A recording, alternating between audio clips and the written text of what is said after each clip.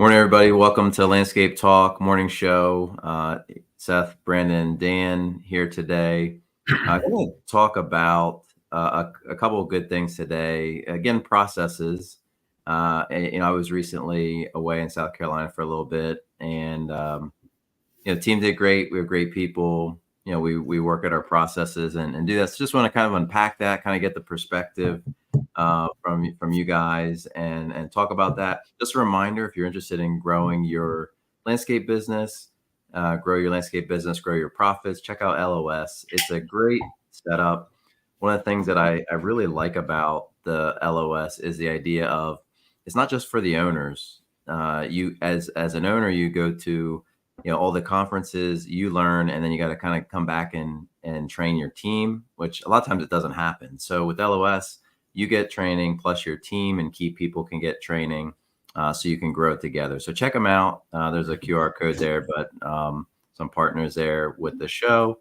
So we'll dive into it. So again, for the last week or so, I was away down in South Carolina, having a little bit of spend a little bit of time with family. So it was really good. Try to really shut off things. I checked in a little bit, but I was trying to take a little bit more of a break. Things have been busy. We had a new family member recently, so a baby. So there's just been a lot going on. So it's just kind of good to get away and spend a little time with the family. So I guess, when you think about landscape businesses, it's a busy time, right? It's busy time. It's spring. So I guess just, from your guys' perspective, how'd the week go? Because I think that's always the thing. And, what have we done to try to help make it so people can go away? I know, Brandon, like you were away earlier for a little bit of time. You have a lot of key things that you do. And, I think, hopefully you had an enjoyable time. I think you went to see the Phillies or whatever, and we're down in Florida, so doing these things was important so that not just owners can get away, but like staff and key team members can have, rest and relaxation too. So I think I'd just like to kind of talk about that today and just see how do we do that? How do we help each other? How do you get there? So if you're somebody that you can never get away, I think people are very interested in that. I hear it all the time. I'm always working. I can't stop, things like that. So, what did you see last week? How'd it go? And then maybe how do you get there? That doesn't mean we're perfect at it, obviously. I always say that first, we don't have it all figured out, but just for people that are listening, what was last week like? Did anything miss a beat? How was it? It's springtime. And then how do you get there as an organization or company? So, I mean, I'll just throw it out there. Whoever wants to dive in first. Yeah. I mean, I think it's, we have a lot of good processes in place. I think it was pretty much business as usual, because everyone knows what their responsibilities are and what they need to do, what's expected of them, and their goals for the week. We talked before you left, is there anything that we needed from you? And we made sure we had what we needed for the upcoming week. And, we kind of rolled along, like I said, like business as usual. Everyone knows what their expectations are. We had things set up. If we did need anything from you, we got it ahead of time. You still checked in, but it was, we have everything kind of like planned and set up. It's just basically set the schedule and just do it. And then, I think as long as you're prepared ahead of time and you have your stuff organized and everything's ready to go, it's not a big deal. And I think that's tough for a lot of owners or leadership, is if you're just winging everything all the time, that's where you have problems that come into play, is because you're always winging it and putting out fires, as we like to say. So you're, and that's normal. You can make, one thing I learned when I first started is you can make a perfect plan, and it's probably not gonna go that way. And there's going to be changes. And I think as long as you have a pretty solid plan, and you have people that are capable of making decisions, and you give them the formula to make the decision, and you trust in them to make good decisions, it goes that way. We talk about the win triangle, and we talk about it with all of our team members. whether you're entry level, everyone looks at the win triangle, and that's how we make decisions. Like if you're unable to get hold of a manager in the moment, you have to make a decision. You look at the win triangle and you make a decision based on that, and go from there. So I think it was just business as usual for us, because we have good processes set up, and people make good decisions, and we have everything scheduled out. So it's just pretty much normal stuff. Maybe just explain briefly what is the win triangle for anybody that's like listening? They might say like, hey, what is the win triangle? Like, what is that? Or like, how would you just say it in a simple fashion or explain it? Yeah, it's basically just a triangle that's even on all sides. So we say for us, we have the customer, we have the team member, and then we have the company. And as long as all three of those are winning equally, that's a great decision to make. So, whatever it may be, we tell guys to make decisions on that. That it came up the other week where guys didn't follow the process that we have in place for one task. So they didn't get the job done because they didn't follow it accordingly. And the job was left incomplete at the end of the day because they didn't follow it. And I said to them, and they're like, well, we could come in the next day and finish it. And I'm like, well, that's great. Or, the next week, but because it was a Friday, and I'm like, that's great. But, now you're getting overtime, or it's sitting there and it's not getting finished. So like the only person that won in that whole scenario is you. The job didn't get done. So the customer wasn't taken care of, and the company's losing out because you didn't follow the process. And we may have to stretch that in another week, bump another job, or pay you overtime. So if you follow the process, there's a reason for it. And that leads to everyone winning. So that's the win triangle. That's how we try to make decisions for everyone to win. Awesome. Dan, what's your kind of take on it, or what have you kind of seen from your perspective?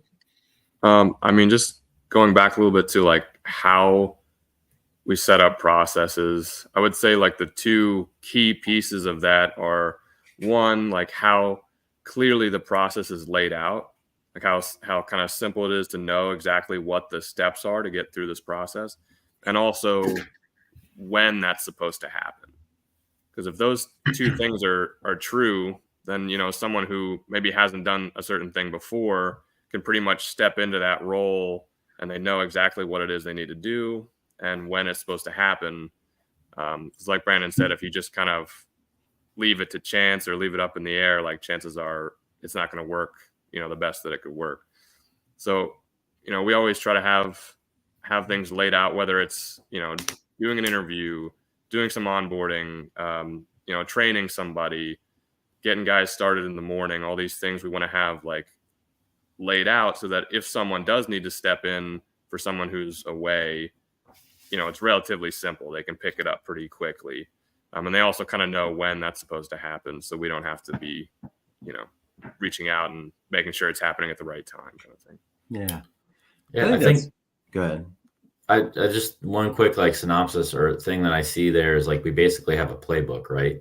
And then anyone can open the playbook and call the plays because it's pretty clear on how we do it. So I think that's a big thing for our company.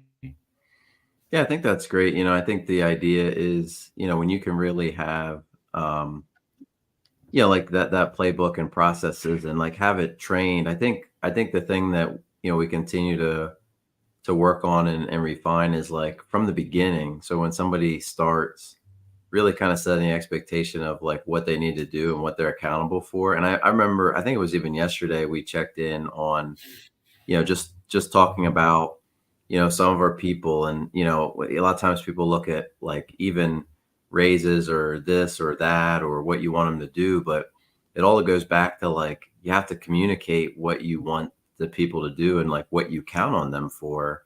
And that becomes a process in itself. And then if you do that, typically things run a little bit better if everybody knows, what they want. I always try to pay attention to like, what do you say? And this isn't in a negative way, but what do you say when somebody isn't there? And I'm not saying this in a bad way, but like if you say something, then I try to like make sure like that's telling me that I need to say that to the person.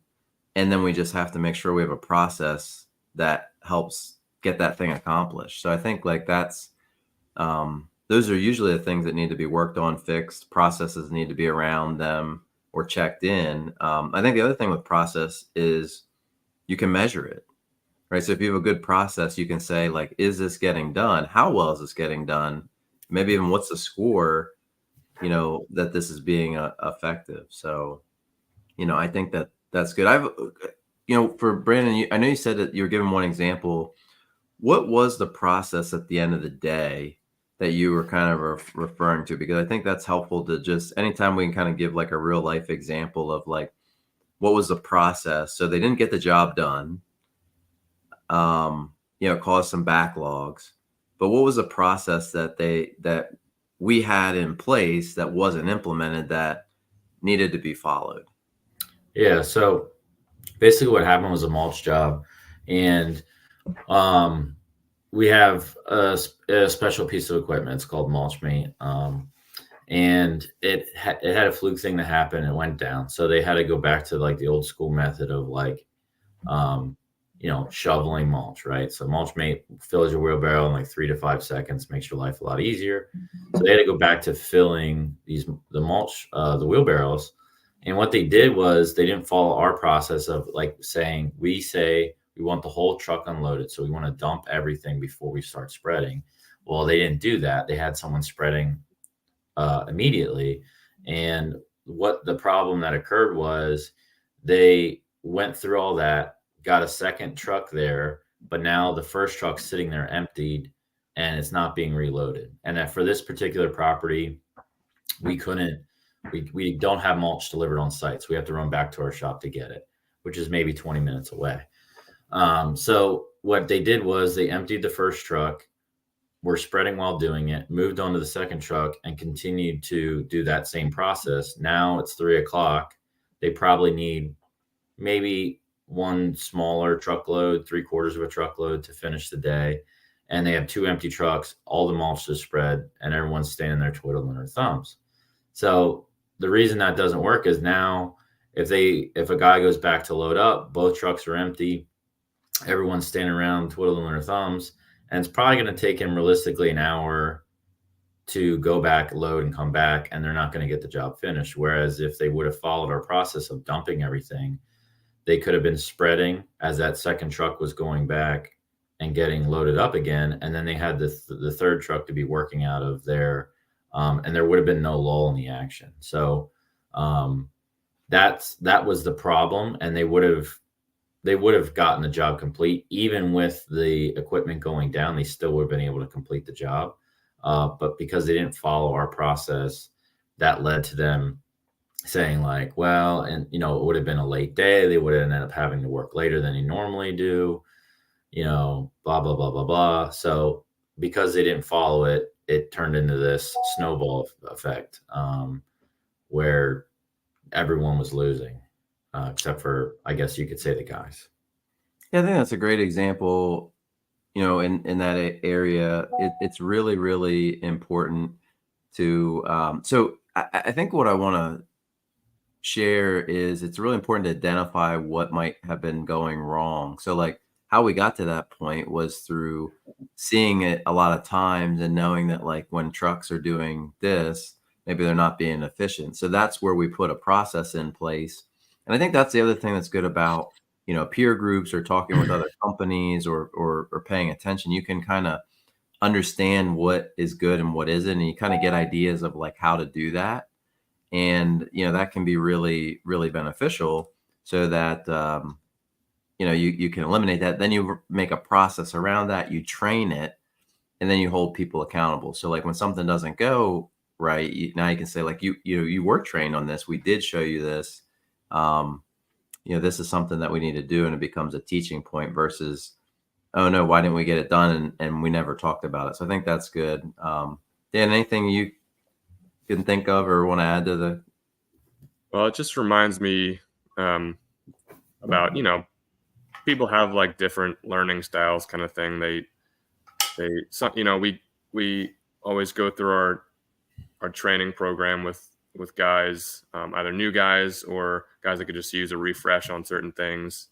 But like, at the end of the day, sometimes it takes just like a little mix up, early on to say like, okay, this is kind of an example. Now you've experienced it, you can see how like it would have worked better a different way. Sometimes some guys kind of need that, like they need to do it themselves before it like really fully sticks. You know what I mean? Yeah. No, I that's great. think just to elaborate on that. So like, that's a great example. Is sometimes like, I think of a kid and you're like, hey, that's hot. And you're like, they keep trying to reach to touch it. And you're like, hey, that's hot. Don't touch it. It's going to hurt. You're going to have an ouchie. And then they touch it and then they go, ow. And they start crying and they get burned. And you're like, I told you. Like, and then it like sinks in. So I think, example of Dan said, and then just to elaborate on that. So like that happened Friday.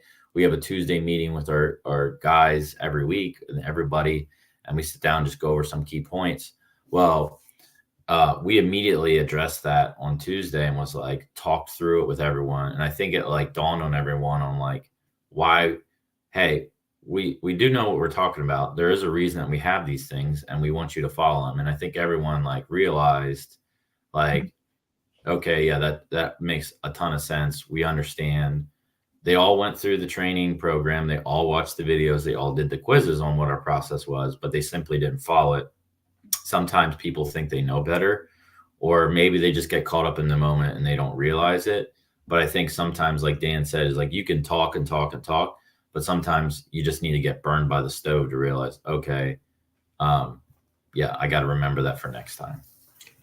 And I think the thing that's really, really interesting with this is that it does, and I say this a lot, but it just takes time and energy to do this. I mean, you have to, you create some training, and then it's on kind of like management and the team to be able to find when it's not going well kind of quickly, so that it just doesn't keep repeating. I can think of like years ago when we were doing this, where we just kind of let people keep touching the stove or keep letting them do the wrong thing inefficiently, and we didn't even know. So like that's a whole nother thing, is like once you identify it, you have to create something to do it and improve it so that it does. I think also tying earlier to what we said about going away and giving people breaks and things like that is really goes back to the processes and clear roles of what people are doing, so that when somebody goes away, like this is what this person is doing and somebody can cover it. I actually had a conversation with somebody that I was working with, and they were going away in September, and they've been really struggling to like get things off their plate. They do everything, and then they basically said that they have to do everything, right? So like, I have to do everything. So then I said, well, who's going to do it while you're away? Like, well, I'm making a list of what I need to do, what I do, so somebody else can do it. I'm like, did you just hear what you just said? So many times it's really about just really creating what needs done so that somebody else can do it. And she realized at the time, she's like, oh, I guess somebody else can do that. I'm like, yeah, absolutely. And then I said, well, who did it before you? And they're like, yeah. So that was helping get that off the plate, but we have to identify it, give clear things that we do, and then you can have people do it and help out. I think that makes it better for everybody. And I think it's tough. It's tough to always, to give things away and follow up. You just really have to know who does what when, and when to step in if it isn't working. So great topic today. Just want to switch to you can't make it up. Again, you can't make it up are the things that you see where you're just like, I just can't believe that they're doing that. I give the example a lot of times. If you've tuned in and heard strapping down dirt, just different funny things like that, that you just can't make up. So what have you seen anything recently that, you just want to share for you can't make it up? If you have things, please share it in. We're just compiling a list of different things, and it's going to be fun. We're going to give some awards for some of the best. You can't make it up. Yeah. So I can think of one, ironically, just happened this morning. Um, I was messaging someone on LinkedIn, networking. It could be a potential like link up for like connecting and stuff, and lead into maybe some like work together and stuff. And I was just following up, sent a previous message, and just was following up with some people. Hey, just checking in, following up on my last message. And she just, I probably sent messages maybe to her maybe like a week ago. She got back to me and was like, hey, in regards to what? And I just said, networking. And then she came back and was like, okay, I can meet now. And I'm like, what? And it was like 2 minutes later, and she's like, if you can't meet now, let me know. I have something else to do. So it was right before this